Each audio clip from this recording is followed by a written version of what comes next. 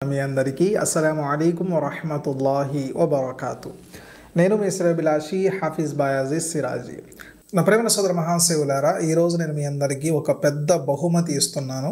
ఇది నా తరపు నుండి కాదు, అల్లాహ్ తరపు నుండి. అల్లాహ్ తరపు నుండి ఒక మెహమానే రసూల్గా ప్రవక్త ముహమ్మద్ సల్లల్లాహు అలైహి వసల్లం గారి వారసత్వముగా ఎవరైతే ధార్మిక పండితులు ఉన్నారో వాళ్ళు మనకి తెలియజేసిన ఒక మంచి వజీఫా. చాలామంది ఎన్నో రోగాలకి పరిష్కారం దొరకలేదని చెప్పి చాలా ఇబ్బంది పడుతూ ఉంటారు. ఎంతోమంది డాక్టర్ల దగ్గరికి వెళ్తారు, ఎన్నో వైద్యాలు చేయించుకుంటారు, ఎన్నో మందులు మారుస్తూ ఉంటారు, ఎన్నో ట్రీట్మెంట్లు మారుస్తూ ఉంటారు, ఎన్నో కోర్సులు మారుస్తూ ఉంటారు. ఎంతోమందిని డాక్టర్లని, హాస్పిటల్లని, అన్ని వైద్యాలని అన్నీ చేసిన తర్వాత కూడా పెద్ద పెద్ద రోగాలు వాళ్ళకి నయం కావు. కానీ వాళ్ళు ఒక వైద్యాన్ని మాత్రం మర్చిపోతూ ఉంటారు. ఆ యొక్క వైద్యాన్ని ఈరోజు నేను మీ అందరికీ గుర్తు చేయడానికి, మీ అందరికీ తెలియజేయడానికి, మీ అందరికీ ఒక అవగాహన కల్పించడానికి ఈ యొక్క విషయాన్ని తెలియజేస్తున్నాను. అది ఏమిటి అనగా సూరతుల్ ఫాతిహా. ఏ సూరానైతే ప్రతిరోజు ప్రతి నమాజులో మనం చదువుతూ ఉంటామో ఆ యొక్క సూరాని సూరతుల్ ఫాతిహా అని మనం పిలుస్తూ ఉంటాము. మరికొంతమంది ఈ యొక్క సూరాని సూరతు షిఫా అంటే మన యొక్క వ్యాధులు నయం చేసే సూరాగా కూడా పిలుస్తూ ఉంటారు. అల్హమ్దులిల్లా. ఈ సూరతుల్ ఫాతిహాలో అల్లాహ్ యొక్క చాలా కరుణలు ఉంటాయి, ఆయన యొక్క రహ్మతులు ఉంటాయి, ఆయన యొక్క వ్యాధులు నయం చేసే వరాలు కూడా ఉంటాయి. ఈ యొక్క సూరతుల్ ఫాతిహాని మనం చాలా తక్కువ చూస్తూ ఉంటాము. కానీ అల్హమ్దులిల్లా ధార్మిక పండితులు ఈ సూరాకి చాలా ప్రత్యేకత ఇవ్వడం జరిగింది. ఎవరైతే అన్ని వైద్యాలు చేసి, అన్ని డాక్టర్ల దగ్గరికి తిరిగి, అన్ని మందులు వాడి, అన్ని విధాలుగా ఇంకా మా వల్ల కాదు, ఇంకా మేము ఏమి చేయలేము అనుకుంటారో అలాంటి వారు ఇన్షాల్లా ఒక్కసారి అల్లాహ్ పైన నమ్మకం పెడుతూ, అల్లాహ్ యొక్క ఖురాన్ గ్రంథం పైన నమ్మకం పెడుతూ, 5 పూటల నమాజ్ చదువుతూ, అల్లాహ్తో దుఆ చేస్తూ, దానితో సహా నేను చెప్పే వజీఫాను కూడా చేయండి.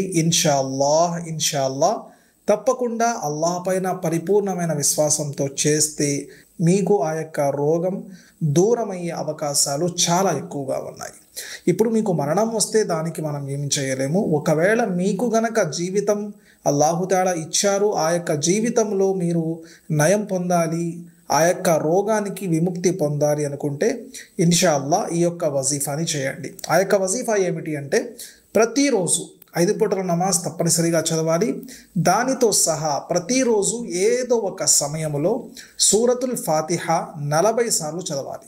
40 సార్లు సూర్య ఫాతిహా చదివిన తర్వాత మీపై మీరు ఊదుకోవచ్చు, లేదా ఒక గ్లాసు నీరు తీసుకొని, లేదా ఒక బాటిల్ నీళ్లు తీసుకొని ఆ యొక్క బాటిల్ నీళ్ళలో ఊదుకోవచ్చు. ఒకవేళ మీకు కనుక మాకు సరైన విధానంలో చదవడం రాదు అనుకుంటే, ఎవరైతే సరైన విధానంలో చదివేవారు మీ ఇంట్లో ఉన్నారో వాళ్ళతో కానీ, లేదా మీ మస్జిద్ యొక్క ఇమాం గారితో కానీ సూర్య ఫాతిహాని 40 సార్లు చదివించి ఆ యొక్క నీరుని ప్రతిరోజు ఇన్షాల్లా మీరు తాగండి. మీరు ఎప్పుడైతే నీరు అవసరమైనప్పుడు తాగుతారో ఈ షిఫా యొక్క నీరుని తాగుతూ ఉండండి. ఇన్షాల్లా అల్లాహ్ పైన నమ్మకం పెట్టండి. మీకు ఏ వ్యాధితో అయితే మీరు ఇబ్బంది పడుతున్నారో ఆ యొక్క వ్యాధి తప్పకుండా నయమవుతుంది. నా ప్రేమ మిత్రులారా, రోగం ఇచ్చే యొక్క శక్తి, ఆ యొక్క రోగ నిరోధక శక్తి కేవలం అల్లాహ్ చేతిలోనే ఉన్నది. ఈ నమ్మకాన్ని మీరు ఎక్కువగా గుర్తుపెట్టుకోవాలి. అల్లాహ్ చేతిలోనే సమస్త సర్వం లోకం ఉన్నది. అలాంటప్పుడు అల్లాహ్ యొక్క ఖురాన్ గ్రంథమైన నమ్మకం పెడుతూ, అల్లాహ్ యొక్క పరిపూర్ణమైన ఆరాధన చేస్తూ, అల్లాహ్ని పొగుడుతూ మనం దాని ద్వారా లాభం పొందాలి అనుకుంటే మనకి ఎందుకు లాభం కలగదో ఒక్కసారి మీరే ఆలోచించండి. ఇన్షాల్లా తప్పకుండా మనకి లాభం కలుగుతుంది. కానీ ఈ యొక్క అమలు చేసే సమయంలో పరిపూర్ణంగా మీకు అల్లాహ్ మీద విశ్వాసం ఉండాలి. ఎన్ని రోజులు చేయాలి అంటే మీకు ఎప్పటి వరకైతే ఆ యొక్క రోగం నయం కాదో అప్పటి వరకు చదువుతూనే ఉండండి. ఒకవేళ ఈ మాట కూడా నేను చెప్తున్నాను, చెప్పకూడదు అయినా కూడా కొంతమంది ఉంటారు, వాళ్ళు యొక్క ప్రశ్న కూడా అడుగుతారు. వాళ్ళకి సమాధానంగా ఒకవేళ మీకు ఆ యొక్క రోగం నయం కాలేదు అంటే మీరు చదవడం మొదలకండి, చదువుతూనే ఉండండి. మీకు నయం కావాలి అంటే చదువుతూనే ఉండండి. ఒకవేళ నయం కావట్లేదు అంటే ఇన్షాల్లా మీరు ఖురాన్ గ్రంథం చదువుతున్నారు కాబట్టి దానికి ప్రతిఫలం, దానికి పుణ్యం మీకు ప్రతిరోజు లభిస్తూనే ఉంటుంది ఇన్షా అల్లాహ్. దీనికన్నా అద్భుతమైన లాభం ఇంకా ఏంటో ఒకసారి మీరే ఆలోచించుకోండి. ఎవరికైతే అల్లాహ్ మీద ప్రేమ ఉంటుందో, అల్లాహ్ మీద ఆప్యాయత ఉంటుందో, ఖురాన్ గ్రంథం మీద ప్రేమ ఉంటుందో అలాంటి వారికి ఈ యొక్క వజీఫా ఒక వరం అనుకోవాలి ఇన్షా అల్లాహ్. అందుకనే ప్రతి ఒక్కరు కూడా ఈ యొక్క వజీఫాని చేస్తూ ఉండండి. పెద్ద పెద్ద రోగాల నుండి మీరు విముక్తి పొందుతారు ఇన్షా అల్లాహ్. అదేవిధంగా ఎవరన్నా తెలుగు ఇస్లాం ధర్మం వాట్సాప్ గ్రూప్లో జాయిన్ కావాలనుకుంటే ఇక్కడ కనిపిస్తున్న వాట్సాప్ నెంబర్కి మీరు మెసేజ్ చేయవచ్చు. అదేవిధంగా ఎవరన్నా మాతో కలిసి ఉమ్రాకి రావాలి అనుకుంటే నేను మీ శ్రేయభిలాషి హాఫీజ్ బయాజిస్ సిరాజీ, అదేవిధంగా నా యొక్క మిత్రులు, ముఫ్తీలు, ఆలిములు ఎవరైతే ఉన్నారో తెలుగులో మాట్లాడేవారు, వాళ్ళతో మీరు కనుక ఉమ్రా ప్రయాణం చేయాలి అనుకుంటే ఇక్కడ కనిపిస్తున్న నెంబర్కి మీరు మెసేజ్ చేయండి. ఇన్షా అల్లాహ్ మాతో సహా మిమ్మల్ని కూడా ఉమ్రా ప్రయాణానికి తీసుకెళ్తాము. అస్సలాము అలైకుం వరహ్మతుల్లాహి వబరకాతు. అమ్మా, ఈ కరెంటు బిల్లు కట్టేస్తున్నా పేటిఎంతో. విను, నాకు నేర్పించు. రేపు నువ్వు పెళ్ళి వెళ్ళిపోయాక నేనే కట్టాలి కదా. అమ్మా, పెళ్లి తర్వాత కూడా నేను నీ కూతుర్నే కదా. ఈ ఇంట్లో అన్ని బిల్స్ నేనే పేటిఎం చేస్తాను. ఇది కూడా బానే ఉంది. ఇండియా తన ఫ్యూచర్ ని ఎప్పుడు ప్లాన్ చేసుకున్నా మేం దానిలో భాగమై ఉంటాము. భవిష్యత్తులో కూడా పేటీఎం మీకు ఇదే విధంగా మద్దతునిస్తుంది. పేటీఎం చెయ్యి.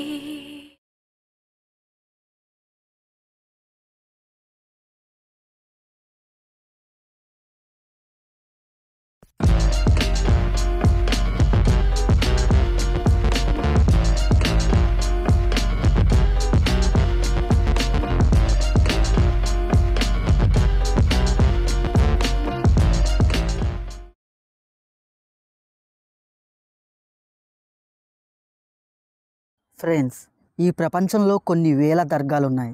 అందులో కొన్ని దర్గాలు మాత్రం చాలా ప్రత్యేకం. వాటిల్లో ఇరాక్ దేశంలోని బగ్దాద్ అనే సిటీలో ఉన్న షేక్ అబ్దుల్ ఖాదర్ జిలానీ గారి దర్గా కూడా ఒకటి. ఇది ప్రపంచంలో ముస్లిమ్స్ అత్యంత పవిత్రంగా భావించే దర్గాల్లో మొదటి స్థానంలో ఉంటుంది. అంతేకాదు, ప్రపంచవ్యాప్తంగా చాలా ప్రఖ్యాతిగాంచిన దర్గా ఇది. ప్రపంచవ్యాప్తంగా కొన్ని వేల నుండి కొన్ని లక్షల మంది కుల మతాలకు అతీతంగా ఈ అబ్దుల్ ఖాదర్ జిలానీ గారిని దర్శించుకోవడానికి ప్రతిరోజు ఈ దర్గాకి వస్తూ ఉంటారు. అసలు మెహబూబే సుబానీగా పిలువబడే ఈ అబ్దుల్ ఖాదర్ జిలానీ గారు ఎవరు, ఎక్కడ జన్మించారు, అసలు ఈ బగ్దాద్కే ఎందుకు వచ్చారు, ఇక్కడికి వచ్చిన తర్వాత ఇక్కడ ఏమేమి చేశారు, అలానే ఇక్కడ ఎలా ఎలిశారు, ఎందుకని ఈ అబ్దుల్ ఖాదర్ జిలానీ గారి పేరు మీద గ్యార్మీ అనే ఒక సూఫీ పండుగను ప్రపంచవ్యాప్తంగా చాలా మంది ప్రజలు ప్రతి సంవత్సరం చాలా వైభవంగా జరుపుకుంటారు. అయితే ఎందుకు ఈ అబ్దుల్ ఖాదర్ జిలానీ గారిని గౌసే ఆజం అని పిలుస్తారు, అలానే ఎందుకు పీరానే పీర్ అని కూడా పిలుస్తారు అనే విషయాల్ని ఈ ఒక్క వీడియోలో పూర్తిగా తెలుసుకునే ప్రయత్నం చేద్దాం. ఫ్రెండ్స్, ఈ వీడియో చాలా ఇంట్రెస్టింగ్ గా ఉండబోతుంది. ఈ అబ్దుల్ ఖాదర్ జిలానీ గారి గురించి పూర్తిగా తెలుసుకోవాలి అని అనుకునే వాళ్ళు ఈ వీడియోని ఎక్కడ స్కిప్ చేయకుండా లాస్ట్ వరకు చూసే ప్రయత్నం చేయండి. అది క్రీస్తు శకం 1078వ సంవత్సరం మార్చి 23 ఇరాన్ దేశంలోని గీలాన్ అనే ఒక పట్టణంలో శుక్రవారం రంజాన్ నెల మొదటి రోజున ఈ అబ్దుల్ ఖాదర్ జిలానీ గారు మొహమ్మద్ ప్రవక్త గారి వంశానికి చెందిన ఒక ధర్మబద్ధమైన అలానే ఒక గౌరవప్రదమైన కుటుంబంలో జన్మించారు. అయితే కొన్ని డాక్యుమెంటరీల్లో మాత్రం 1077వ సంవత్సరంలో జన్మించారని ఉంది. అబ్దుల్ ఖాదర్ జిలానీ గారు జన్మించిన వెంటనే వాళ్ళ ఇల్లు ఒక దివ్యమైన కాంతితో ప్రకాశించింది. తల్లి సయ్యద్ బీబీ ఉమ్మల్ ఖైర్ ఫాతిమా చాలా దయగల అలానే ఒక పవిత్రమైన స్త్రీ. తండ్రి సయ్యద్ అబూ సలే ముసా జంగీ దోస్త్ చాలా వినయపూర్వకమైన అలానే ఒక ధర్మబద్ధమైన వ్యక్తి. అయితే అబ్దుల్ ఖాదర్ జిలానీ గారు ఇరాన్లోని గీలాన్ అనే ఒక పట్టణంలో జన్మించడం వల్ల అబ్దుల్ ఖాదర్ గారిని అబ్దుల్ ఖాదర్ జిలానీ అని పిలుస్తారు. అయితే అబ్దుల్ ఖాదర్ జిలానీ గారి యొక్క రాక గురించి కొన్ని దశాబ్దాల ముందే కొంతమందికి తెలియజేయబడింది. వాళ్ళలో ఒకరైన షేక్ ఉల్ మషాయిక్ ఇతను అబ్దుల్ ఖాదర్ జిలానీ గారి కంటే 200 సంవత్సరాల ముందే ఈ భూమి మీద జీవించాడు. అయితే అప్పుడు ఒకరోజు అతని కలలో ఒక బషారత్తు వస్తుంది.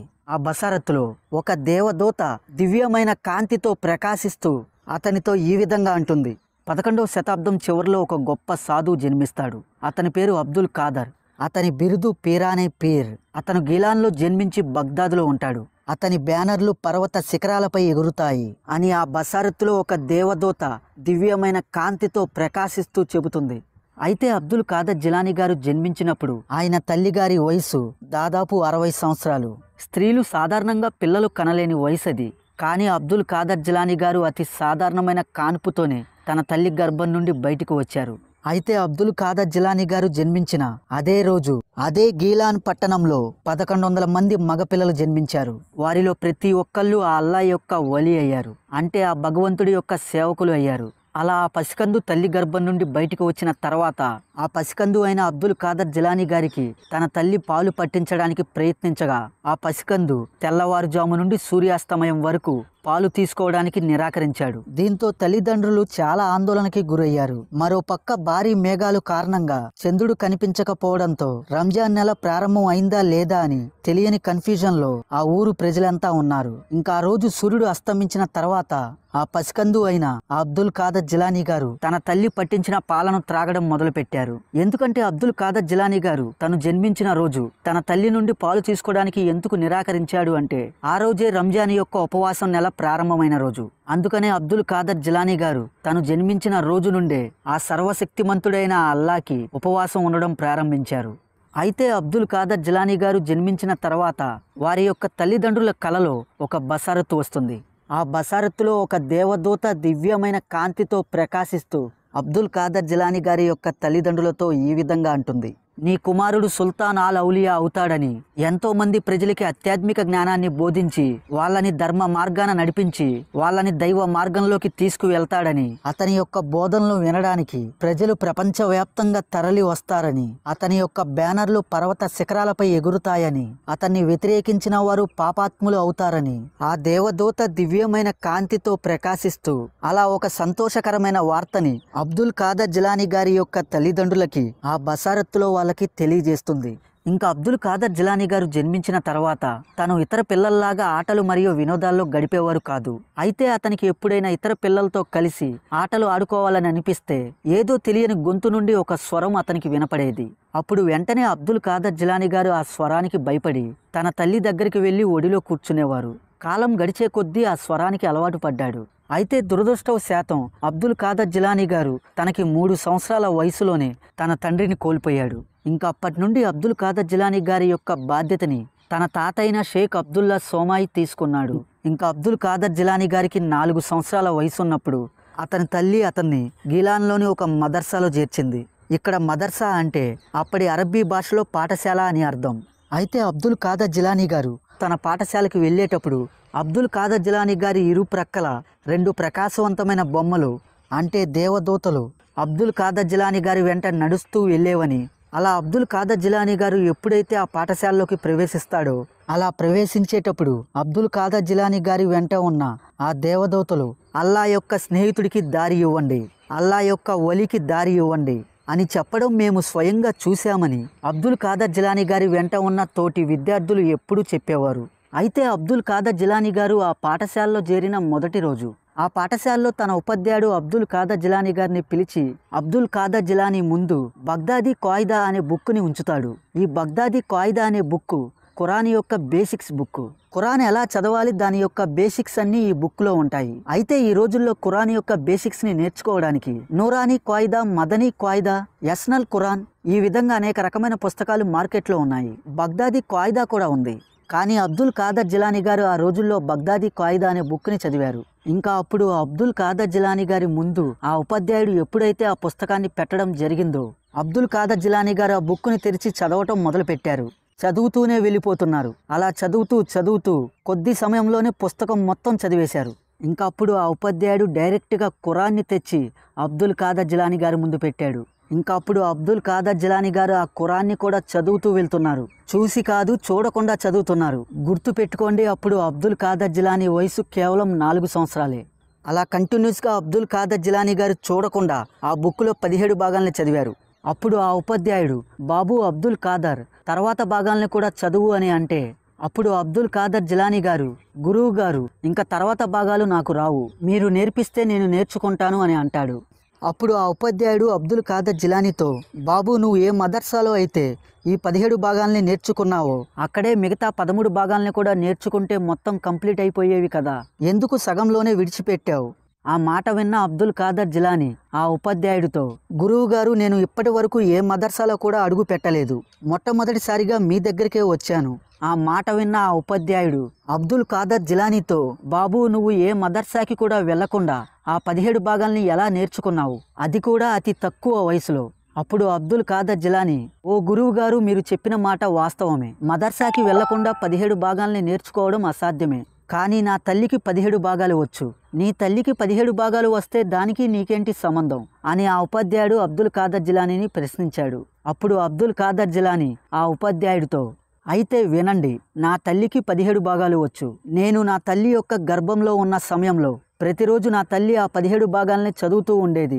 భోజనం తయారు చేసే సమయంలో, అలానే ఇల్లు శుభ్రం చేసే సమయంలో, అలానే ఇతర పనులు చేసే సమయంలో కూడా నా తల్లి ఆ 17 భాగాల్ని చదివేది. ఆ సమయంలో నా తల్లి గర్భంలో ఉన్న నేను ఆ 17 భాగాల్ని రోజు వినేవాడిని.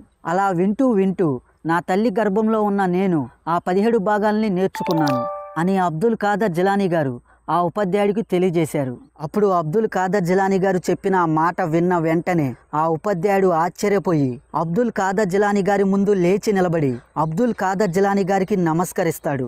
ఎందుకంటే అప్పుడు అబ్దుల్ ఖాదర్ జిలానీ గారి వయసు కేవలం 4 సంవత్సరాలే. ఫ్రెండ్స్, సాధారణంగా మనకి 4 సంవత్సరాల వయసులో సరిగ్గా మాట్లాడమే రాదు. కానీ అబ్దుల్ ఖాదర్ జిలానీ గారు కేవలం 4 సంవత్సరాల వయసులోనే ఖురాన్ యొక్క 17 భాగాల్ని చూడకుండా చెప్పారు. ఫ్రెండ్స్, ఈ విధంగా అబ్దుల్ ఖాదర్ జిలానీ గారు తన తల్లి గర్భంలో ఉన్నప్పుడే ఖురాన్లో 17 భాగాల్ని నేర్చుకున్నారు. ఇంకా అబ్దుల్ ఖాదర్ జిలానీ గారు దురదృష్టవశాతం తన తాతని కూడా కోల్పోయాడు. అప్పుడు అబ్దుల్ ఖాదర్ జిలానీ గారు ఆ మదర్సాలో విద్యార్థిగా ఉన్నాడు. ఇలా అతని తాత చనిపోయాక అతని చదువు బాధ్యత అంతా అప్పుడు అతని తల్లిపై పడింది. ఎంతో ఓర్పుతో చిత్తశుద్ధితో అబ్దుల్ ఖాదర్ జిలానీ గారి యొక్క బాధ్యతను ఆమె తీసుకుంది. అప్పుడు అబ్దుల్ ఖాదర్ జిలానీ గారి యొక్క వయసు సుమారుగా 18 సంవత్సరాలే. ఇంకప్పుడు అబ్దుల్ ఖాదర్ జిలానీ గారు అక్కడ తన స్థానిక విద్యను పూర్తి చేసుకున్న తర్వాత ఇంకా ఆధ్యాత్మిక జ్ఞానాన్ని పొందాలని ఇరాక్లోని బగ్దాద్కి వెళ్లాలని నిర్ణయించుకొని తన తల్లి అనుమతిని కోరతాడు. అప్పుడు 78 సంవత్సరాల వయసులో ఉన్న తన తల్లి రెండో ఆలోచన లేకుండా తన కుమారుడి యొక్క గొప్ప అభ్యర్థనను అంగీకరించింది. సాధారణంగా అంత వృద్ధ వయసులో ఉన్న ఏ తల్లి అయినా సహాయం కోసం తన పిల్లలపై ఆధారపడే వయసు అది. కానీ ఆ తల్లి మరో ఆలోచన పెట్టుకోకుండా తన కుమారుడు జ్ఞానం మరియు వివేకం ఉన్న వ్యక్తి కావాలని, ఆధ్యాత్మిక జ్ఞానాన్ని పొందాలని తన కుమారుడు అబ్దుల్ ఖాదర్ జిలానీతో ఈ విధంగా అంటుంది, నాయనా అబ్దుల్ ఖాదర్, నేను ఇప్పుడు చాలా వృద్ధురాల్ని అయిపోయాను. నేను మళ్ళీ నిన్ను తిరిగి చూస్తానో లేదో నాకు తెలియదు, కానీ నేను ఎల్లప్పుడూ ఆ సర్వశక్తిమంతుడైన ఆ అల్లాకి నీ గురించి దువా చేస్తూనే ఉంటాను. ఆ సర్వశక్తిమంతుడైన ఆ భగవంతుడు నువ్వు ఆధ్యాత్మిక జ్ఞానాన్ని పొందడానికి చేసే నీ యొక్క ప్రయత్నాలకి నీకు ఎల్లప్పుడూ విజయాన్ని ప్రసాదిస్తాడు. చనిపోయిన మీ తండ్రి 80 బంగారు నాణాల్ని ఉంచాడు. దాని నుండి నీకు వచ్చే వాటాగా 40 బంగారు నాణాల్ని నీ ప్రయాణానికి ఇస్తున్నాను. మిగతా 40 బంగారు నాణాలు మీ తమ్ముడు సయ్యద్ అబూ అహ్మద్ అబ్దుల్లా కోసం నేను ఉంచుతాను అని చెప్పి ఆ 40 బంగారు నాణాల్ని అబ్దుల్ ఖాదర్ జిలానీ గారి యొక్క కోటు లోపల కుట్టేసింది. అలా కుట్టేసిన తర్వాత అబ్దుల్ ఖాదర్ జిలానీతో తన తల్లి చివరగా ఈ మాట చెప్పింది, నాయనా అబ్దుల్ ఖాదర్, నువ్వు ఏ ఆధ్యాత్మిక జ్ఞానాన్ని అయితే పొందాలి అని అనుకుంటున్నావో అటువంటి జ్ఞానాన్ని పొందడానికి ప్రధాన కారణం సత్యము పలకడం. సత్యం పలకడానికి ధైర్యము కావాలి. కాబట్టి ఎటువంటి పరిస్థితుల్లో కూడా ధైర్యముతో సత్యాన్ని పలకడం వీడబాకు. అప్పుడు అబ్దుల్ ఖాదర్ జిలానీ తన తల్లితో, నేను ఎట్టి పరిస్థితుల్లో కూడా సత్యాన్ని పలకడం వీడను అని చెప్పి ఆధ్యాత్మిక జ్ఞానాన్ని పొందడానికి, సత్యాన్ని అన్వేషించడానికి తన ప్రయాణాన్ని మొదలుపెట్టాడు. అప్పుడు అబ్దుల్ ఖాదర్ జిలానీ గారి యొక్క వయసు సుమారుగా 18 సంవత్సరాలే. ఆ రోజుల్లో ప్రజలు కాలినడకన లేదా ఒంటెల ద్వారా లేదా గుర్రాల ద్వారా ప్రయాణించేవారు. రహదారుల్లో దట్టమైన అడవులు, అరణ్యాల గుండా వెళ్లాల్సి ఉంటుంది. ప్రయాణాల మధ్యలో దోపిడీ దొంగలు ఎదురయ్యి ప్రజల్ని దోచుకుంటూ ఉండేవారు. అయితే అబ్దుల్ ఖాదర్ జిలానీ గారు అప్పుడు కొంతమందితో కలిసి అలా అరణ్యాల గుండా, అలానే ఎడారి ప్రాంతాల గుండా ప్రయాణిస్తున్నప్పుడు దారి మధ్యలో అనుకోకుండా దోపిడీ దొంగలు ఎదురయ్యారు. అలా దోపిడీ దొంగలు ఎదురైన వెంటనే అబ్దుల్ ఖాదర్ జిలానీ గారి వెంట ఉన్న జనాలు ఆ దొంగల్ని చూసి వాళ్ళు తలొక దిక్కున పారిపోయారు. కానీ అబ్దుల్ ఖాదర్ జిలానీ గారు ఒక్కరే పారిపోకుండా ధైర్యంగా వాళ్ళ ముందు నిలబడ్డాడు. ఎందుకంటే వాళ్ళ అమ్మ చెప్పింది కదా, సత్యాన్ని వెతుక్కుంటూ వెళ్లే వారికి ధైర్యం కావాలి అని. అమ్మ చెప్పిన మాట ప్రకారం అబ్దుల్ ఖాదర్ జిలానీ గారు ఎటూ పారిపోకుండా వారికి ఎదురుగా ధైర్యంగా నిలబడ్డాడు. అప్పుడు ఆ దొంగల ముఠాలో ఒక దొంగ అబ్దుల్ ఖాదర్ జిలానీ ముందుకు వచ్చి అబ్దుల్ ఖాదర్ జిలానీతో అప్పుడు ఈ విధంగా అంటాడు, నువ్వు చూస్తానికి చిన్న పిల్లాడిలా ఉన్నావు, నీకు భయం లేదా? మమ్మల్ని చూసి నువ్వు ఎందుకు పారిపోలేదు అని అడిగాడు. అప్పుడు అబ్దుల్ ఖాదర్ జిలానీ, నేను ఎందుకు పారిపోవాలి, నాకు భయం లేదు అని అన్నాడు. అప్పుడు ఆ దొంగ, ఎందుకు నీ దగ్గర ఏమీ లేవా అని అన్నాడు. అప్పుడు ఆ దొంగతో అబ్దుల్ ఖాదర్ జిలానీ గారు ధైర్యంగా నా వద్ద 40 బంగారు నాణేలు ఉన్నాయని చెప్పాడు. అది విన్న ఆ దొంగ ఆశ్చర్యపోయి వెంటనే ఆ దొంగల నాయకుడి వద్దకు వెళ్ళి తన దొంగల నాయకుడితో, ఈ పిల్లాడు ఎవరో, ఇతని దగ్గర 40 బంగారు నాణేలు ఉన్నాయట, కానీ ఇతనికి భయమే లేదట అని తన దొంగల నాయకుడికి చెప్పాడు. అది విన్న ఆ దొంగల నాయకుడు ఆశ్చర్యపోయి అబ్దుల్ ఖాదర్ జిలానీ గారి దగ్గరికి వెళ్ళి అబ్దుల్ ఖాదర్ జిలానీ గారితో, ఏరా నీ దగ్గర 40 బంగారు నాణేలు ఉన్నాయా అని అన్నాడు. అప్పుడు అబ్దుల్ ఖాదర్ జిలానీ గారు ఆ ఉన్నాయి అని చెప్పి తన కోటు విప్పి ఆ 40 బంగారు నాణేలని చూపించాడు. అప్పుడు ఆ దొంగల నాయకుడు ఒక్కసారిగా మళ్ళీ ఆశ్చర్యపోయి అబ్దుల్ ఖాదర్ జిలానీ గారితో, ఏరా మేము దొంగలంరా, నువ్వు మమ్మల్ని చూసిన వెంటనే పారిపోవాలి లేదా లేవని చెప్పాలి, అంతేగాని ఉన్నాయని ఆ 40 బంగారు నాణేల్ని కోటు విప్పల్లా చూపించావింది అని అబ్దుల్ ఖాదర్ జిలానీ గారిని అడుగుతాడు. అప్పుడు అబ్దుల్ ఖాదర్ జిలానీ గారు, సత్యం చెప్పడానికి ధైర్యం కావాలని మా అమ్మ చెప్పింది. నువ్వు దొంగవి అయితే ఆ బంగారు నాణేల్ని దోచుకొని పోతావు, అంతకన్నా ఇంకేం చేస్తావు? సత్యము చెప్పడానికి ధైర్యంతో నిలబడతాను తప్ప నీ దగ్గర 40 బంగారు నాణేల్ని పోగొట్టుకోకుండా ఉండడానికి అసత్యాన్ని పలికి పిరికితనాన్ని పొందను.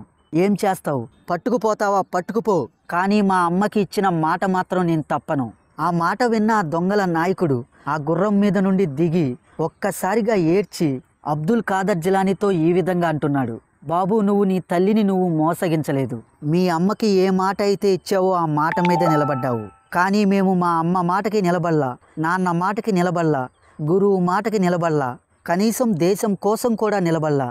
మా బ్రతుకంతా మోసం. మేము ధైర్యవంతులమేంటి, మేము పిరికి వాళ్ళం. మాకు ధైర్యం లేదు సత్యం కోసం. ఇంకొద్దు మాకు ఈ జీవితం. మేము ఇప్పటి వరకు దోచుకున్నదంతా దేశానికి పంచిపెట్టేస్తాం. నీతో కలిసి మేమందరం కూడా సత్యాన్ని అన్వేషించడానికి ఈ క్షణం నుండే వచ్చేస్తున్నాం. మమ్మల్ని అందరినీ నీ శిష్యులుగా స్వీకరించు. నువ్వు చిన్నవాడివి అయినా మాకు నువ్వే గురువు అని అబ్దుల్ ఖాదర్ జిలానీతో ఆ దొంగల నాయకుడితో సహా ఆ దొంగల ముఠా అంతా అన్నారు.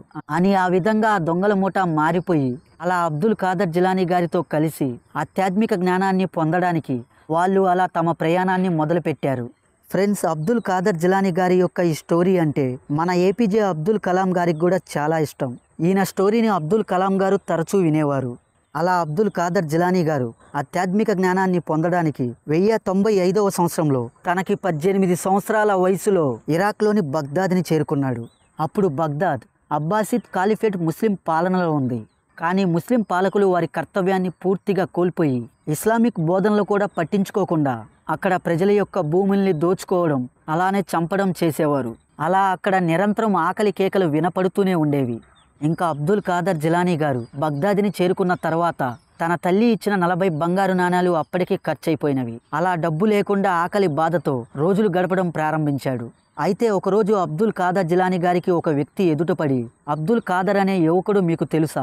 నేను గీలాన్ నుండి వచ్చానని, అతని తల్లి తన కుమారుడికి ఈ బంగారు నాణ్యాన్ని ఇవ్వమని నన్ను ఇక్కడికి పంపించిందని చెబుతాడు. అప్పుడు అబ్దుల్ ఖాదర్ జిలానీ తన తల్లి ఇచ్చిన ఆ బంగారు నాణ్యాన్ని తీసుకొని ఆ వ్యక్తిని మళ్ళీ క్షేమంగా గీలానికి పంపుతాడు. అయితే అప్పుడు అబ్దుల్ ఖాదర్ జిలానీ గారు తన తల్లి పంపించిన ఆ బంగారు నాణ్యాన్ని కూడా తన అవసరాలకి ఉపయోగించుకోలేదు. అక్కడ ఆకలితో బాధపడుతున్న వాళ్ళకి వాటితో ఆహారాన్ని కొని వాళ్ళకి ఆహారాన్ని అందించాడు. ఇంకా బగ్దాదులో ఉన్న మదర్సాల్లోకి చేరటానికి అక్కడ అడ్మిషన్లు ప్రారంభమవుతాయి. అప్పుడు అబ్దుల్ ఖాదర్ జిలానీ బగ్దాదులో ఉన్న నిజామియా అనే ఒక మదర్సాలో చేరడానికి అడ్మిషన్ తీసుకున్నాడు. అది ఆ కాలంలోనే ప్రపంచ ప్రఖ్యాతి పొందిన విద్యా సంస్థ. ప్రపంచంలోనే చాలా ప్రఖ్యాతి పొందిన ఉత్తమ ఉపాధ్యాయులు ఆ విద్యా సంస్థలోనే ఉన్నారు. అలా అక్కడ అబ్దుల్ ఖాదర్ జిలానీ గారు న్యాయశాస్త్రం, పవిత్ర ఖురాన్ వ్యాఖ్యానం, పవిత్ర ప్రవక్త యొక్క సున్నత్, పవిత్ర ప్రవక్త సంప్రదాయాలు, అలానే అరబ్ సాహిత్యం లాంటి వాటిల్లో అక్కడ విద్యను అభ్యసించడానికి ఆ విద్యా సంస్థలో చేరాడు. అయితే అబ్దుల్ ఖాదర్ జిలానీ అలా అక్కడ బగ్దాదులో చదువుకుంటున్నప్పుడు అక్కడ అతను చాలా కష్టాలని ఎదుర్కొన్నాడు. వీటి గురించి అబ్దుల్ ఖాదర్ జిలానీ గారే ఒక రోజు స్వయంగా ఇలా చెప్పారు. నేను బగ్దాదులో చదువుకుంటున్న సమయంలో నేను ఎదుర్కొన్న కష్టాలు, అలానే ఇబ్బందులు అనేవి చాలా తీవ్రంగా ఉన్నాయి. ఆ కష్టాల్ని ఒకవేళ పర్వతంపై ఉంచవలసి వస్తే పర్వతం కూడా రెండుగా చీలిపోతుంది. అలానే అబ్దుల్ ఖాదర్ జిలానీ వాటి గురించి ఇంకో మాట కూడా చెప్పారు. కష్టాలు భరించలేనివిగా మారినప్పుడు నేను రోడ్డుపై పడుకొని పవిత్ర ఖురాన్ను నిరంతరం పఠించేవాడిని. ఇంకా అబ్దుల్ ఖాదర్ జిలానీ పాఠశాలకి సెలవు రోజుల్లో బగ్దాదులోని అరణ్యాలు, అడవులకి వెళ్ళి అక్కడ ఆ భగవంతుని యొక్క ధ్యానంలో ఉండేవాడు. మళ్ళీ సెలవులు అయిపోయిన తర్వాత మళ్ళీ పాఠశాలకు తిరిగి వచ్చేవాడు. అయితే అబ్దుల్ ఖాదర్ జిలానీ గారు అక్కడ చదువుకుంటున్నప్పుడు ఒకసారి అక్కడ తీవ్రమైన కరువు ఏర్పడింది. అక్కడ ప్రజలకి తినడానికి ఒక గింజ ఆహారమే దొరక్క అక్కడ కనపడిన చెట్ల ఆకుల్ని సైతమే తినడం ప్రారంభించారు. అబ్దుల్ ఖాదర్ జిలానీ కూడా ఆకలి బాధకి తట్టుకోలేక ఆహారం కోసం వెతుకుతూ వెళ్ళేవారు.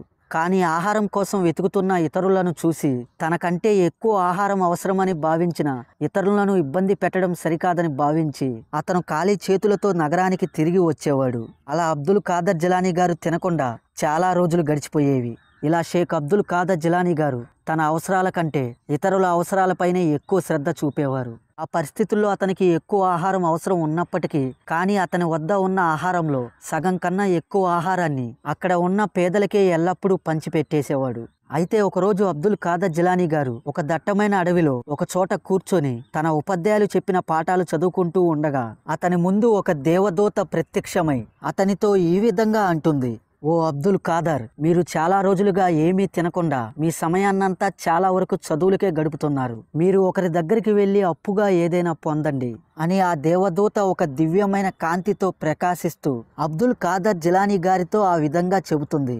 అప్పుడు అబ్దుల్ ఖాదర్ జిలానీ గారు, నేను అప్పుగా ఏదైనా ఎవరి దగ్గరైనా తీసుకుంటే నేను మళ్ళీ తిరిగి చెల్లించే స్తోమత ప్రస్తుతం నా దగ్గర లేదని, అందువల్ల నేను అప్పుగా ఎవరి దగ్గర తీసుకోనని చెబుతాడు. అప్పుడు ఆ దేవదూత, దాని గురించి చింతించకండి, దానిని తిరిగి మళ్ళీ చెల్లించడం మా బాధ్యత అని అబ్దుల్ ఖాదర్ జిలానీ గారితో చెప్పి అదృశ్యమవుతుంది. అప్పుడు అబ్దుల్ ఖాదర్ జిలానీ ఒక దుకాణానికి వెళ్ళి నాకు ప్రతిరోజు 1.5 రొట్టె ముక్కను అప్పుగా ఇవ్వమని ఆ దుకాణదారుణ్ణి కోరతాడు. నా దగ్గర డబ్బు ఉన్నప్పుడు నేను తిరిగి చెల్లిస్తాను. ఒకవేళ తిరిగి చెల్లించక ముందే నేను చనిపోతే మీరు నన్ను క్షమించాలి. అలా ఆ రోజు నుండి ప్రతిరోజు 1.5 రొట్టె ముక్కను ఆ దుకాణం నుండి అప్పుగా అబ్దుల్ ఖాదర్ జిలానీ గారు అలా తీసుకునేవారు. అలా రోజులు వేగంగా గడిచాయి. అబ్దుల్ ఖాదర్ జిలానీ గారు ఆ దుకాణదారుడికి ఇవ్వవలసిన డబ్బు గురించి ఆందోళన చెందడం ప్రారంభించాడు. అలా ఒకరోజు అబ్దుల్ ఖాదర్ జిలానీ దీని గురించి ఆలోచిస్తూ ఉండగా మళ్ళీ ఒక దేవదూత అబ్దుల్ ఖాదర్ జిలానీ గారి ముందు ప్రత్యక్షమై అబ్దుల్ ఖాదర్ జిలానీ గారితో ఈ విధంగా అంటుంది, ఓ అబ్దుల్ ఖాదర్, నేను చెప్పిన ఒక ప్రదేశానికి వెళ్ళండి. అక్కడ ఏది దొరికితే అది తెచ్చి ఆ దుకాణదారుడికి ఇవ్వండి అని చెప్పి ఆ దేవదూత మళ్ళీ అదృశ్యమవుతుంది. అప్పుడు అబ్దుల్ ఖాదర్ జిలానీ గారు తనకు చెప్పిన ఆ ప్రదేశానికి వెళ్తాడు. అక్కడ అతనికి బంగారపు నాణేలున్న ఒక మూట దొరుకుతుంది. అప్పుడు అబ్దుల్ ఖాదర్ జిలానీ గారు ఆ బంగారాన్ని తీసుకువచ్చి ఆ దుకాణదారుడికి ఇచ్చి అలా అతనికి చెల్లించవలసిన డబ్బును ఆ విధంగా చెల్లిస్తాడు.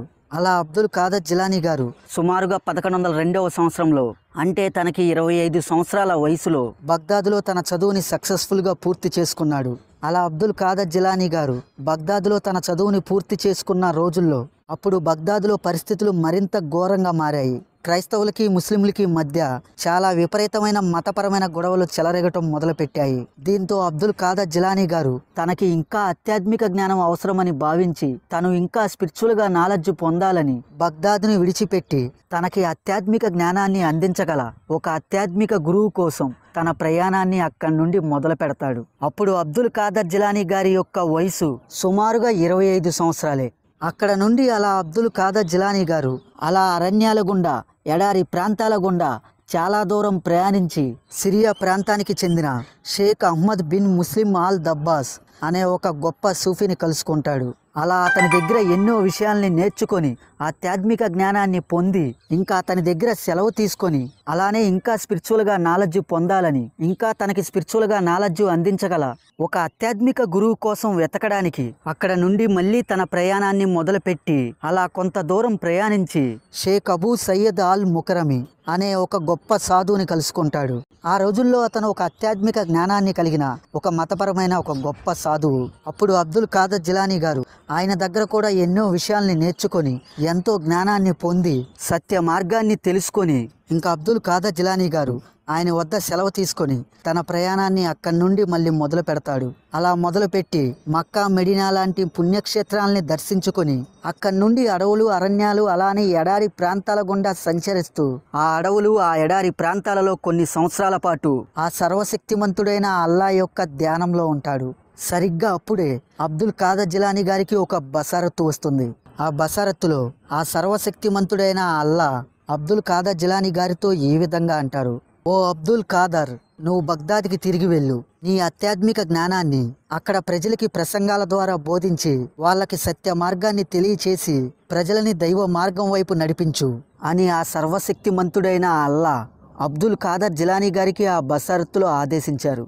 అలా అబ్దుల్ ఖాదర్ జిలానీ గారు ఆ సర్వశక్తిమంతుడైన అల్లా యొక్క ఆజ్ఞ ప్రకారం ప్రజలకి సత్య మార్గాన్ని తెలియచేయాలని, ప్రజల్ని దైవ మార్గంలో నడిపించాలని 1128వ సంవత్సరంలో తనకి 51 సంవత్సరాల వయసులో తన శిష్యులను వెంట పెట్టుకొని మళ్ళీ తిరిగి ఇరాక్లోని బగ్దాద్ని చేరుకున్నాడు.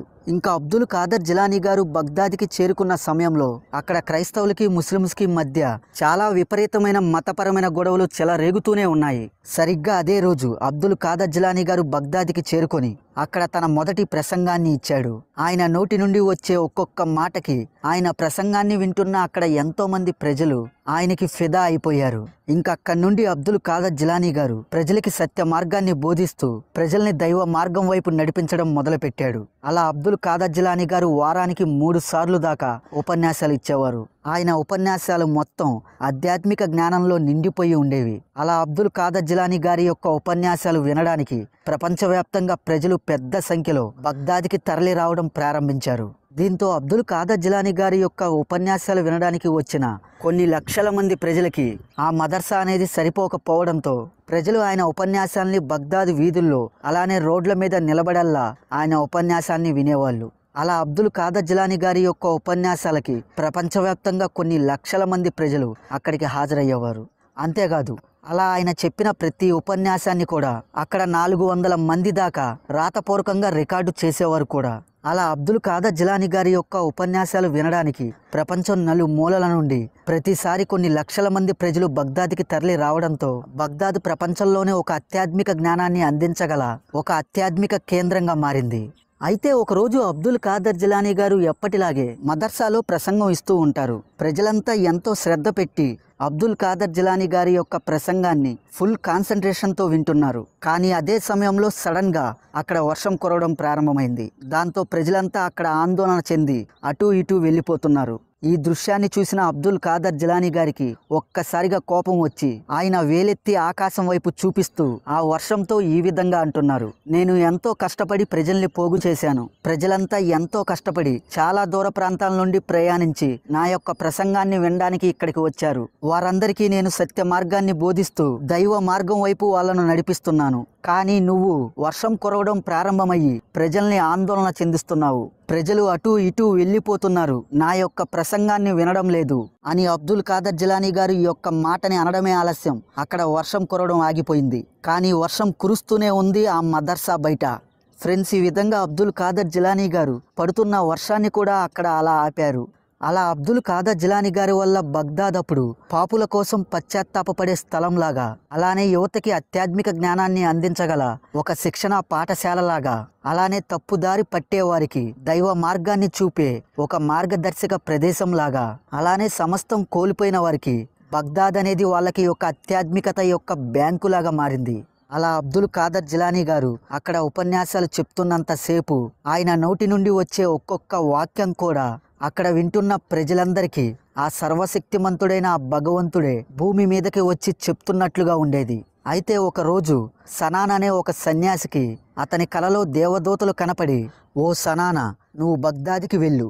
అక్కడ అబ్దుల్ ఖాదర్ జిలానీ అనే ఒక గొప్ప సాధువు ఉన్నారు. ప్రస్తుత కాలంలో ఈ భూమి మీద అతని కంటే గొప్ప భక్తిపరుడు ఎవరూ లేరు. నిరంతరం ఆ భగవంతుని యొక్క సేవే అతని ధ్యేయం. కావున మీరు బగ్దాద్కి వెళ్ళి ఆయన్ని కలిసి ఆయన ఆశీర్వాదం తీసుకొని ఆయన చెప్పిన మార్గంలో ఆయన వెంట నడవండి అని అతని కలలో ఆ దేవదూతలు అతనికి చెప్పడంతో ఆయన వెంటనే బగ్దాద్కి వెళ్ళి అబ్దుల్ ఖాదర్ జిలానీ గారిని కలిసి ఆయన ఆశీర్వాదం తీసుకున్నారు. అలా అబ్దుల్ ఖాదర్ జిలానీ గారి యొక్క ఉపన్యాసాలు బగ్దాద్కి వచ్చిన ప్రతి ఒక్కరికి ఎంతగానో స్ఫూర్తినిచ్చేవి.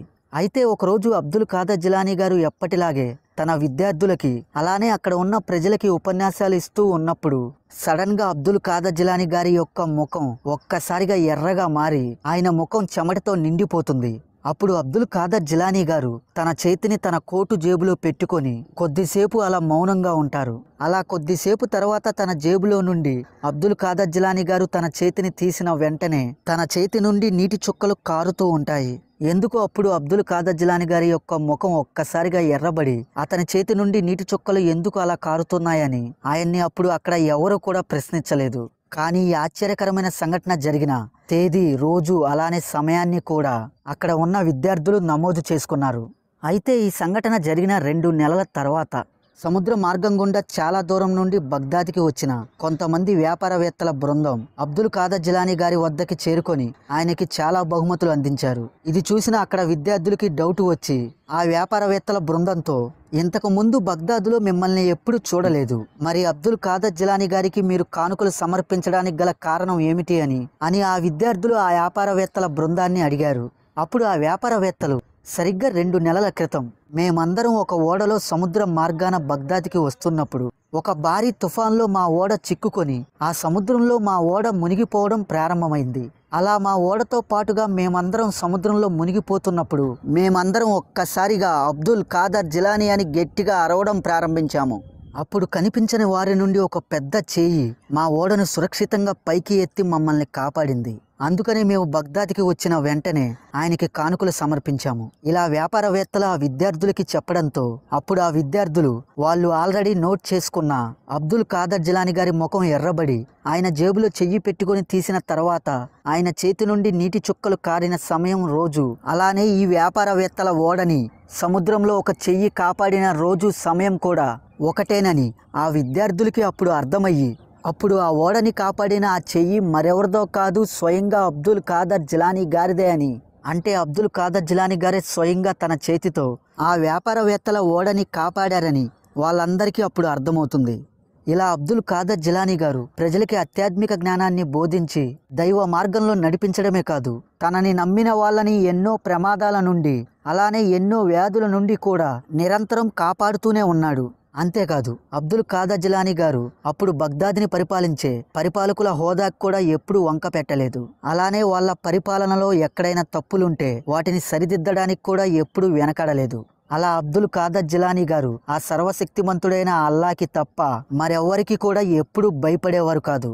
అలా అబ్దుల్ ఖాదర్ జిలానీ గారి యొక్క ఉపన్యాసాలు వింటున్న వాళ్ళకి ఆయన మాటలు చాలా దయగా అలానే ఎంతో దృఢంగా ఉండేవి. అలా అబ్దుల్ ఖాదర్ జిలానీ గారు ప్రజలకి ఉపన్యాసాలు ఇవ్వడమే కాదు, ప్రతిరోజు మధ్యాహ్నం ప్రార్థన తర్వాత ప్రపంచంలోని చాలా ప్రాంతాల నుండి అతనికి వచ్చిన చట్టపరమైన ప్రశ్నలకి అబ్దుల్ ఖాదర్ జిలానీ గారు వాటికి తీర్పులను జారీ చేసేవారు. అలానే ప్రతిరోజు సాయంత్రం నమాజ్కి ముందు పేదవారికి రొట్టెలు పంచేవాడు. అలానే సాయంత్రం ప్రార్థన తర్వాత రాత్రి భోజనానికి కూర్చోవడం అతని అలవాటు.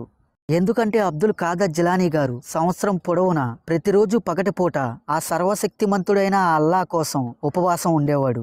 అలానే ప్రతిరోజు సాయంత్రం తను భోజనానికి కూర్చోవడానికి ముందు చుట్టుప్రక్కల వాళ్ళకి ఎవరికైనా ఆహారం అవసరమైతే ఎవరైనా తన వెంట కూర్చొని భోజనం చేయవచ్చని ప్రకటించడం అతని అలవాటు. అలా అబ్దుల్ ఖాదర్ జిలానీ గారు పగలంతా ప్రజలకి ఆధ్యాత్మిక జ్ఞానాన్ని బోధిస్తూ దైవ మార్గంలో వాళ్ళని నడిపిస్తూ అలా మానవాళికి సేవ చేస్తూ రాత్రి సమయంలో ఆ సర్వశక్తిమంతుడైన ఆ భగవంతుని యొక్క సేవలో గడిపేవారు. ఇంకా అబ్దుల్ ఖాదర్ జిలానీ గారు తనకి 54 సంవత్సరాల వయసు వచ్చినా కూడా తను వివాహం గురించి ఎప్పుడూ ఆలోచించలేదు. ఎందుకంటే వివాహం చేసుకుంటే ఆ భగవంతునికి సేవ చేసుకోవడానికి ఎక్కువ సమయం కుదరదని ఆయన ఉద్దేశం. అందుకని అబ్దుల్ ఖాదర్ జిలానీ గారు వివాహం చేసుకోవడానికి ఎప్పుడూ ఆయన శ్రద్ధ చూపలేదు. నిరంతరం ఆయన ప్రజల యొక్క సేవకి అలానే ఆ సర్వశక్తిమంతుడైన అల్లా యొక్క సేవకే తన సమయాన్ని కేటాయించేవారు. అయితే ఒకరోజు అబ్దుల్ ఖాదర్ జిలానీ గారికి ఒక బసారత్తు వస్తుంది.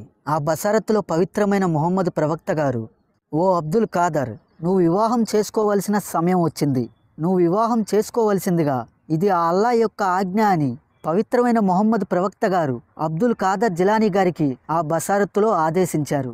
అప్పుడు అబ్దుల్ ఖాదర్ జిలానీ గారు తనకి సుమారుగా 55 సంవత్సరాల వయసులో సయ్యద బీబీ మదీనా అనే ఒక గొప్ప సూఫీని వివాహం చేసుకున్నారు. ఆ తర్వాత అబ్దుల్ ఖాదర్ జిలానీ గారు తన వంశాన్ని విస్తరించడానికి సయ్యద బీబీ సాదికా, సయ్యద బీబీ ముమీనా, అలానే సయ్యద బీబీ మహబూబా అనే ఒక 3 పవిత్రమైన స్త్రీలను అబ్దుల్ ఖాదర్ జిలానీ గారు వివాహం చేసుకున్నారు. అలా అబ్దుల్ ఖాదర్ జిలానీ గారికి 4 వివాహాల మీద 27 మంది కుమారులు, 22 మంది కుమార్తెలు జన్మించారు. అలా అబ్దుల్ ఖాదర్ జిలానీ గారు వాళ్ళందరినీ కూడా ప్రపంచంలోనే గొప్ప సూఫీలుగా తీర్చిదిద్దారు. వారంతా కూడా ప్రపంచంలోనే పలు ప్రదేశాలకు వెళ్ళి అక్కడ ప్రజలకి సత్య మార్గాన్ని బోధించి చాలామంది ప్రజల్ని దైవ మార్గంలో నడిపించారు. అలా అబ్దుల్ ఖాదర్ జిలానీ గారికి వివాహం అయినప్పటికీ ఆ సర్వశక్తిమంతుడైన అల్లా యొక్క సేవకి, అలానే ప్రజలకి సేవ చేయడానికి తన సమయాన్ని ఎప్పుడూ తగ్గించుకోలేదు. అలా అబ్దుల్ ఖాదర్ జిలానీ గారు తన జీవిత కాలంలో ఎక్కువ శాతం తన కుటుంబానికన్నా తన సమయాన్ని ప్రజల యొక్క సేవకి, అలానే ఆ భగవంతుని యొక్క సేవకే కేటాయించారు. అయితే ఒకరోజు అబ్దుల్ ఖాదర్ జిలానీ గారు తన శిష్యులతో కలిసి సముద్ర మార్గాన ప్రయాణిస్తూ ఉంటారు. అప్పుడు అబ్దుల్ ఖాదర్ జిలానీ గారు కొంత దూరంలో ఒక వృద్ధురాలు ఏడుస్తూ ఉండడాన్ని చూస్తారు. అలా అబ్దుల్ ఖాదర్ జిలానీ గారు ఎప్పుడైతే ఒక ముసలావిడ అక్కడ ఏడుస్తూ ఉండడాన్ని చూస్తారో అప్పుడే తన శిష్యుడికి చెబుతాడు, నువ్వు ఆ వృద్ధురాలి వద్దకు వెళ్ళి ఆ వృద్ధురాలు ఎందుకు అలా ఏడుస్తుందో కనుక్కొని రమ్మని తన శిష్యుడిని అబ్దుల్ ఖాదర్ జిలానీ గారు ఆ ముసలావిడి వద్దకు పంపిస్తాడు. అప్పుడు అబ్దుల్ ఖాదర్ జిలానీ గారి యొక్క శిష్యుడు ఆ ముసలావిడి వద్దకు వెళ్ళి, ఏవండి మామగారు, మీ బాధ ఏమిటి? మీరెందుకు ఇలా ఏడుస్తున్నారు? అప్పుడు ఆ వృద్ధురాలు ఆ శిష్యుడితో, బాబు నీకు నా గురించి ఎందుకు? నీ పని నువ్వు చేసుకో, నన్ను ఒంటరిగా వదిలిపెట్టు అని ఆ వృద్ధురాలు ఆ శిష్యుడికి సమాధానమిస్తుంది. ఆ మాట విన్నాక ఆ శిష్యుడు అబ్దుల్ ఖాదర్ జిలానీ గారి వద్దకి తిరిగి వచ్చి, ఏవండి అబ్దుల్ ఖాదర్ జిలానీ గారు, నేను ఆమెను ప్రశ్నించాను, నీ బాధకి గల కారణం ఏమిటి అని అడిగాను. కానీ ఆమె చెప్పలేదు, నీ పని నువ్వు చూసుకో అని చెప్పింది. అప్పుడు అబ్దుల్ ఖాదర్ జిలానీ గారు ఆ మాట వినడమే ఆలస్యం. ఆయనే స్వయంగా ఆ వృద్ధురాలి దగ్గరికి వెళ్ళి ఆ వృద్ధురాలితో, ఓ మామ్మగారు, మీరు ఎందుకు ఏడుస్తున్నారు? నీ బాధకి గల కారణం ఏమిటి అని అబ్దుల్ ఖాదర్ జిలానీ గారు ఆ వృద్ధురాలిని ప్రశ్నిస్తారు. ఈ మాటని విన్న తర్వాత ఆ వృద్ధురాలు అబ్దుల్ ఖాదర్ జిలానీ గారితో, ఏవండి మిమ్మల్ని చూస్తుంటే ఒక పెద్ద మనిషిలాగా ఉన్నారు, ఒక పెద్ద మత గురువులాగా ఉన్నారు, నా బాధని మీతో ఖచ్చితంగా చెబుతాను, అయితే వినండి. ఈ రోజు నుండి సరిగ్గా 12 సంవత్సరాల క్రితం నేను నాకు ఉన్న ఒక్కగానొక్క కుమారుడికి వివాహం చేశాను. నా భర్త ఎప్పుడో చనిపోయాడు, చనిపోయి కూడా చాలా సంవత్సరాలు అవుతుంది. నాకు ఉన్న ఒక్కగానొక్క కుమారుడు, అతన్ని చాలా మంచిగా పోషించి పెద్దవాడిని చేశాను. అయితే ఈ రోజు నుండి సరిగ్గా 12 సంవత్సరాల క్రితం నా ఒక్కగానొక్క కుమారుడికి చాలా గ్రాండ్గా వివాహం చేశాను. నా కోడలి యొక్క ఇల్లు సముద్రం అవతల తీరాన ఉంది.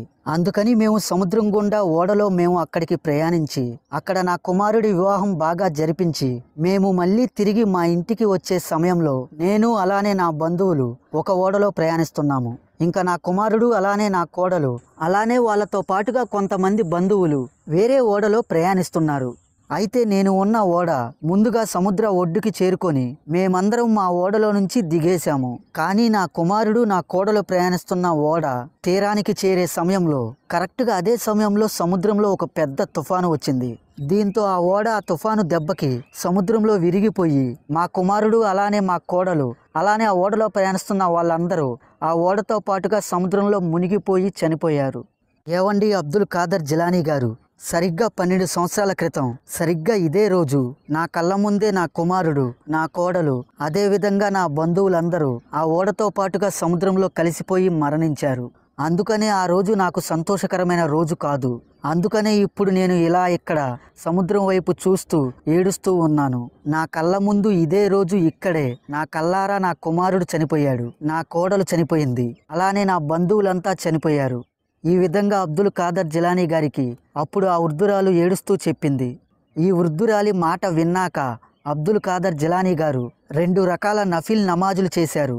ఆ తర్వాత ఆ సర్వశక్తిమంతుడైన అల్లాకి ఈ విధంగా దువా చేస్తున్నాడు, ఓ అల్లా, 12 సంవత్సరాల క్రితం ఏ ఓడ అయితే ఇక్కడే సముద్రంలో మునిగిపోయిందో అందులో ఎవరైతే ఉన్నారో ముఖ్యముగా పెళ్లి కొడుకు పెళ్లి కుమార్తెను వాళ్ళందరినీ మంచిగా ఎలా అయితే 12 సంవత్సరాల క్రితం ఆనందంగా ఉన్నారో అదే సంతోషంతో వాళ్ళందరినీ తిరిగి రప్పించు. ఇలా అబ్దుల్ ఖాదర్ జిలానీ గారు ఆ సర్వశక్తిమంతుడైన అల్లాకి దువా చేసిన తర్వాత ఆ సర్వశక్తిమంతుడైన అల్లా అబ్దుల్ ఖాదర్ జిలానీ గారితో ఈ విధంగా అంటున్నారు, ఓ అబ్దుల్ ఖాదర్, వాళ్ళు ఏ విధంగా తిరిగి వస్తారు? నువ్వు వేరే దువా ఏదైనా కోరుకో. అప్పుడు అబ్దుల్ ఖాదర్ జిలానీ గారు, లేదు, వాళ్ళందరినీ తిరిగి రప్పించు అని ఆ అల్లాకి దువా చేస్తూనే ఉన్నారు. ఆ తర్వాత అబ్దుల్ ఖాదర్ జిలానీ గారితో ఆ సర్వశక్తిమంతుడైన అల్లా తిరిగి మళ్ళీ ఈ విధంగా అంటున్నారు, ఓ అబ్దుల్ ఖాదర్, వాళ్ళు ఏ విధంగా తిరిగి వస్తారు? 12 సంవత్సరాల క్రితం ఆ ఓడ సముద్రంలో మునిగిపోయింది. అందులో ఎవరైతే ఉన్నారో వాళ్ళందరినీ చేపలు తినేశాయి. ఆ చేపల్ని మనుషులు తిన్నారు. ఆ మనుషులు కూడా శాశ్వతంగా మట్టిలో కలిసిపోయారు, ఎవ్వరూ మిగలలేదు అని ఆ సర్వశక్తిమంతుడైన అల్లా అబ్దుల్ ఖాదర్ జిలానీ గారికి ఆ విధంగా సమాధానం ఇచ్చారు. అప్పుడు అబ్దుల్ ఖాదర్ జిలానీ గారు తిరిగి మళ్ళీ ఆ సర్వశక్తిమంతుడైన అల్లాతో, ఓ అల్లా, నువ్వు అసాధ్యమైన పనిని సాధ్యం చేస్తావు, ఇంపాసిబుల్ పనిని పాసిబుల్ చేస్తావు. నీకు సాధ్యం కానిది ఈ సృష్టిలో ఏమీ లేదు. ఈ అనంతమైన సృష్టిని సృష్టించిన వాడివే నువ్వు. అందుకనే నేను నీకు దువా చేస్తున్నాను. ఓ అల్లా, దయచేసి వాళ్ళందరినీ తిరిగి రప్పించు. దాని తర్వాత ఆ సర్వశక్తిమంతుడైన అల్లా అబ్దుల్ ఖాదర్ జిలానీ గారి యొక్క దువాని స్వీకరించారు. ఎందుకంటే అబ్దుల్ ఖాదర్ జిలానీ గారి యొక్క దువాని ఆ అల్లా ఎప్పుడు తిరస్కరించరు. దాని తర్వాత అబ్దుల్ ఖాదర్ జిలానీ గారు లేచి నిలబడి ఆ వృద్ధురాలి దగ్గరికి వెళ్ళి ఆ వృద్ధురాలితో, ఏవండి మామగారు, నీ యొక్క కుమారుడు నీ కోడలు ఇప్పుడు తిరిగి వస్తే మీరేమి చేస్తారు?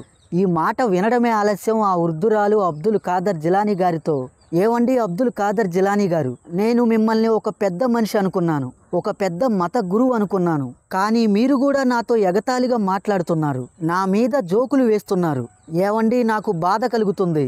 అప్పుడు అబ్దుల్ ఖాదర్ జిలానీ గారు స్వయంగా ఆయన చూపుడు వేలు పైకి ఎత్తి చూపిస్తూ ఆ వృద్ధురాలితో, అయితే చూడండి, ముందుకి చూడండి. ఎప్పుడైతే ఆ వృద్ధురాలు ముందుకు చూస్తుందో దూరం నుండి ఒక ఓడ అటువైపే వస్తూ ఉండడం కనపడుతుంది. ఆ ఓడలో తన కుమారుడు, తన కోడలు, అలానే తన బంధువులు 12 సంవత్సరాల క్రితం ఎలా అయితే ఆ ఓడలో ప్రయాణిస్తున్నారో అదే విధంగా అక్కడికి ఆ ఓడ తిరిగి వస్తుంది. అప్పుడు ఆ వృద్ధురాలు అబ్దుల్ ఖాదర్ జిలానీ గారితో, ఏవండి అబ్దుల్ ఖాదర్ జిలానీ గారు, మీరు అసాధ్యమైన పనిని సాధ్యం చేసి చూపించారు, ఇంపాసిబుల్ పనిని పాసిబుల్ చేసి చూపించారు. మీరు చాలా గొప్పవారు. కానీ నేను ఎక్కువ కాలం బ్రతకలేను, నా ఆయుష్ తగ్గిపోయింది. ఇప్పటికే చాలా నేను వృద్ధురాలిని అయిపోయాను. కానీ నాకు చివరగా ఒక కోరిక ఉంది, నా యొక్క మనవలతో ఆడుకోవాలి అని. కానీ ఆ కోరిక నెరవేరదు, ఎందుకంటే నేను ఇంకా ఎక్కువ కాలం బ్రతకను కాబట్టి. అప్పుడు అబ్దుల్ ఖాదర్ జిలానీ గారు ఈ మాట వినడమే ఆలస్యం. ఆ వృద్ధురాలితో, ఏవండి మీరు బాధపడవద్దు, దిగులు చెందవద్దు. నేను ఆ అల్లాకి అది కూడా దువా చేశాను. ఆ అల్లా మీ యొక్క ఆయుష్ని కూడా పెంచారు. ఏ 12 సంవత్సరాలు అయితే మీరు ఇక్కడ నుండి బాధపడ్డారో ఆ 12 సంవత్సరాల ఆయుష్ని ఆ అల్లా మీకు పెంచారు. ఇంకా మీ యొక్క మనవలతో ఆడుకోండి, సంతోషంగా జీవించండి. ఫ్రెండ్స్, ఈ విధంగా అబ్దుల్ ఖాదర్ జిలానీ గారు తన దువాతో చనిపోయిన మనుషుల్ని సైతమే ఆ ఓడతో సహా తిరిగి తీసుకువచ్చారు. అందుకనే అబ్దుల్ ఖాదర్ జిలానీ గారిని ఈ ప్రపంచం మెహబూబే సుబానీ అని కూడా పిలుస్తుంది. మెహబూబే సుబానీ అంటే ఆ అల్లా యొక్క ప్రియమైన సేవకుడు అని అర్థం. అలా అబ్దుల్ ఖాదర్ జిలానీ గారు దాదాపు 45 సంవత్సరాలు బగ్దాదులో ప్రజలకి ధర్మ మార్గాల్ని బోధించి ప్రజల్ని దైవ మార్గంలో నడిపించి ఆ సర్వశక్తిమంతుడైన అల్లా యొక్క ఆజ్ఞను పాటించిన తర్వాత అబ్దుల్ ఖాదర్ జిలానీ గారి యొక్క గొప్ప ఆత్మ మన క్యాలెండర్ ప్రకారం 21 ఫిబ్రవరి 1166వ సంవత్సరంలో, అదే ఇస్లామిక్ క్యాలెండర్ ప్రకారం 11th రబ్బీ ఆల్దాని 561 హిజ్రీన అబ్దుల్ ఖాదర్ జిలానీ గారు తనకి 90 సంవత్సరాల వయసులో తన పవిత్రమైన శరీరాన్ని విడిచిపెట్టారు. ఇంకా అప్పుడు అబ్దుల్ ఖాదర్ జిలానీ గారి యొక్క బాడీని అబ్దుల్ ఖాదర్ జిలానీ గారు బగ్దాదులో ఉన్నంతకాలం అతని దైవిక కార్యకలాపాలకి కేంద్రంగా ఉన్న అదే మదర్సాలో ఖననం చేశారు. ఈ అబ్దుల్ ఖాదర్ జిలానీ గారు అతను ఉన్నంతకాలం ప్రజల స్వభావాన్ని శుభ్రపరచడమే కాకుండా వారిని మరింత సంపన్నమైన మరియు గొప్ప జీవన విధానం వైపు నడిపించారు. అలానే వాళ్ళకి మానవత్వం, సత్యం యొక్క గొప్ప లక్షణాలను బోధించాడు. అబ్దుల్ ఖాదర్ జిలానీ గారి దగ్గరికి వచ్చిన ఎంతోమంది అనారోగ్యులు రోగాల బారి నుండి విముక్తి పొందారు. అయితే అబ్దుల్ ఖాదర్ జిలానీ గారు తను బ్రతికి ఉన్నంతకాలం ప్రతి సంవత్సరం 11th రబ్బీ ఉల్ ఆఖిర్లో బగ్దాదులో ఉన్న విద్యార్థులందరికీ ఆహారాన్ని పంపిణీ చేసేవారు. అలా అబ్దుల్ ఖాదర్ జిలానీ గారు మరణించిన తర్వాత కూడా అబ్దుల్ ఖాదర్ జిలానీ గారి యొక్క సంప్రదాయాన్ని కొనసాగిస్తూ బగ్దాదులో ఉన్న విద్యార్థులందరూ ఆయన పేరు మీద ప్రతి సంవత్సరం 11th రబ్బీ ఉల్ ఆఖిర్న గ్యార్మీ అనే పేరుతో ప్రజలకి ఆహారాన్ని పంపిణీ చేయడం మొదలుపెట్టారు. అలా కాలక్రమేణా ప్రతి సంవత్సరం 11th రబ్బీ ఉల్ ఆఖిర్లో అబ్దుల్ ఖాదర్ జిలానీ గారి యొక్క పేరు మీద ప్రపంచవ్యాప్తంగా ఉన్న ఇస్లామిక్ దేశాల్లో, అలానే నాన్ ఇస్లామిక్ దేశాల్లో కూడా ప్రపంచవ్యాప్తంగా ఉన్న ముస్లింలే కాదు, కుల మతాలకి అతీతంగా ప్రపంచవ్యాప్తంగా అనేక మతాల ప్రజలు కూడా అబ్దుల్ ఖాదర్ జిలానీ గారి యొక్క సేవల్ని గుర్తు చేసుకుంటూ అబ్దుల్ ఖాదర్ జిలానీ గారిని గౌరవిస్తూ ఆయన జ్ఞాపకార్థంగా ఆయన పేరు మీద గ్యార్మీ అనే ఒక సూఫీ పండగగా ప్రపంచవ్యాప్తంగా జరుపుకోవడం జరుగుతుంది. అలా షేక్ అబ్దుల్ ఖాదర్ జిలానీ గారు తన జీవిత కాలంలో వివిధ అంశాలపై ప్రజలకి వేలాది ఉపన్యాసాలు ఇచ్చారు. అలా అతని సమావేశాలకి వేలాది మంది సాధారణ ప్రజలే కాదు, ప్రపంచంలోని గొప్ప గొప్ప పండితులు, అలానే ప్రపంచ ప్రఖ్యాతిగాంచిన గొప్ప గొప్ప సాధువులు, అలానే ప్రపంచంలోని వివిధ ప్రాంతాలని పరిపాలిస్తున్న ఆ రాజ్యాల రాజులు సైతమే అబ్దుల్ ఖాదర్ జిలానీ గారి యొక్క ఉపన్యాసాల కోసం ఎదురు చూసేవారు. అలా అక్కడికి వచ్చిన ప్రతి వారికి ఆధ్యాత్మిక జ్ఞానాన్ని బోధించి దైవ మార్గం వైపు నడిపించేవారు. అందుకనే అబ్దుల్ ఖాదర్ జిలానీ గారిని గౌసే ఆజం అని కూడా పిలుస్తారు. గౌసే ఆజం అంటే మహోన్నతమైన ఆధ్యాత్మిక జ్ఞానాన్ని బోధించే సహాయకుడు అని అర్థం. అంతేకాదు అబ్దుల్ ఖాదర్ జిలానీ గారికి మెహబూబే సుబానీ, గౌసే ఆజం అనే పేర్లే కాకుండా ఇంకొన్ని పేర్లు కూడా ఉన్నాయి. అవి ఏమిటంటే ఆల్ హసానీ, ఆల్ హుసైనీ, సుల్తాన్ ఆల్ ఔలియా, పీరానే పీర్, కుతుబే రబ్బానీ, గౌసే పాక్, సర్దార్ ఏ ఔలియా, బగ్దాద్ షరీఫ్, అలానే గౌసల్ ఆజం దస్తగీర్. ప్రజలు ఈ విధంగా అబ్దుల్ ఖాదర్ జిలానీ గారిని ఈ పేర్లతో కూడా పిలుచుకుంటారు. ఫ్రెండ్స్, ఇంకా అబ్దుల్ ఖాదర్ జిలానీ గారు తను బ్రతికి ఉన్నంతకాలం ప్రజలకు తను చేసిన అనేక బోధనలు అనేక పుస్తకాల్లో నమోదు చేయబడ్డాయి. ఫ్రెండ్స్, వాటిల్లో ఇప్పుడు కొన్నింటిని చూద్దాం.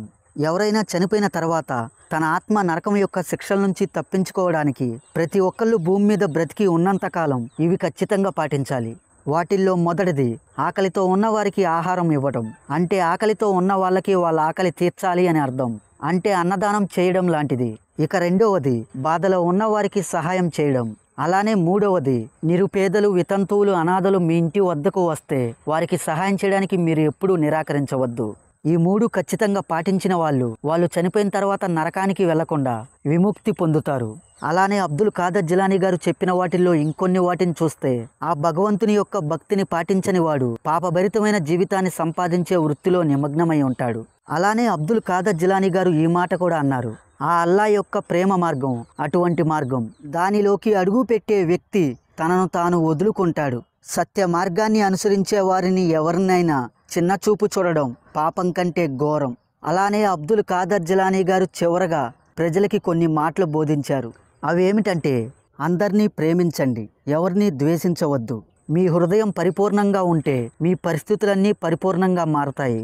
విధి పట్ల నాకున్న సంతృప్తి నన్ను భగవంతుని వద్దకు నడిపించింది. దైవభక్తిని మీ ఆయుధంగా చేసుకొని జీవించండి. అప్పుడే మీరు చనిపోయిన తర్వాత ఆ సర్వశక్తిమంతుడైన ఆ భగవంతుణ్ణి చేరుకోగలరు. ఏదేమైనా ఇస్లామిక్ చరిత్రలోనే ఈ గొప్ప సాధువు యొక్క జీవిత చరిత్ర ఎప్పటికీ మర్చిపోలేనిది. అలానే ఈ అబ్దుల్ ఖాదర్ జిలానీ గారి యొక్క జీవిత చరిత్ర ఈ తరానికి ముందు తరాల వారికి ఒక ఇన్స్పిరేషన్. ఫ్రెండ్స్, ఇప్పుడు బగ్దాద్లో ఉన్న ఈ అబ్దుల్ ఖాదర్ జిలానీ గారి యొక్క దర్గా ఈ ప్రపంచంలోనే చాలా ప్రఖ్యాతి పొందిన అత్యంత పవిత్రమైన పుణ్యక్షేత్రాల్లో ఒకటి. ఫ్రెండ్స్, ఇలాంటి గొప్ప గొప్ప సాధువుల యొక్క జీవిత చరిత్రలు తెలుగులో పూర్తిగా అందుబాటులోకి తేవడానికి మేము ఎంతగానో కష్టపడుతున్నాం. ఇప్పుడు మీ సహాయం మాకు అవసరం. ఇక నుండి ఇలాంటి వీడియోల్ని ఒక మంచి యానిమేషన్తో, ఒక మంచి క్వాలిటీ ఎడిటింగ్తో మీ ముందుకు తీసుకురావాలనుకుంటున్నాం. కానీ మా వద్ద ఉన్న బడ్జెట్ సరిపోవడం లేదు. మీ వంతుగా ఎవరైనా సహాయం చేయాలనుకున్న వారు ఇక్కడ స్క్రీన్ మీద కనపడుతున్న యూపీఐడిస్కి లేదా ఈ బ్యాంక్ అకౌంట్ నెంబర్కి మీకు తోచినంత ఎంతో కొంత సహాయం చేసి ఇలాంటి మరిన్ని గొప్ప గొప్ప చరిత్రలు చేయడానికి సహాయం చేస్తారని కోరుకుంటున్నాను. ఇక్కడ స్క్రీన్ మీద కనపడుతున్న యూపీఐడిస్ అలానే ఈ బ్యాంక్ అకౌంట్ నెంబర్ని కింద కామెంట్ సెక్షన్లో కూడా పిన్ చేసి ఉంచాము. ఫ్రెండ్స్, ముందు మన ఛానల్లో హిందూ మతంలో ఉన్న పవిత్రమైన పుణ్యక్షేత్రాల యొక్క గొప్ప గొప్ప చరిత్రలు, అలానే హిందూ మతంలో చరిత్రలో జరిగిన గొప్ప గొప్ప సంఘటనలు, అలానే హిందూ మతంలో చరిత్రలో నిలిచిపోయిన గొప్ప గొప్ప వీరుల యొక్క జీవిత చరిత్రలు, అలానే క్రిస్టియానిటీలో కూడా చరిత్రలో జరిగిన కొన్ని గొప్ప గొప్ప వాస్తవాలని, అలానే ఇస్లామిక్ రిలీజియన్లో కూడా ఇలాంటి గొప్ప గొప్ప సాధువుల యొక్క జీవిత చరిత్రలు, అలానే గొప్ప గొప్ప వలీల యొక్క జీవిత చరిత్రల్ని కూడా ఒక మంచి క్వాలిటీ ఎడిటింగ్తో తెలుగులో వీడియోల్ని మీ ముందుకు తీసుకురావాలనుకుంటున్నాం. దానికి మీ వంతుగా ఎంతో కొంత సహాయం చేస్తారని కోరుకుంటున్నాను. ఫ్రెండ్స్, అలానే నా ఎక్స్ప్లెనేషన్ మీకు నచ్చితే ఒక లైక్ చేసి మన ఛానల్ని సబ్స్క్రైబ్ చేయండి. అలానే వీడియోని మీ ఫ్రెండ్స్ అండ్ ఫ్యామిలీ మెంబర్స్కి తప్పకుండా షేర్ చేయండి. Thank you.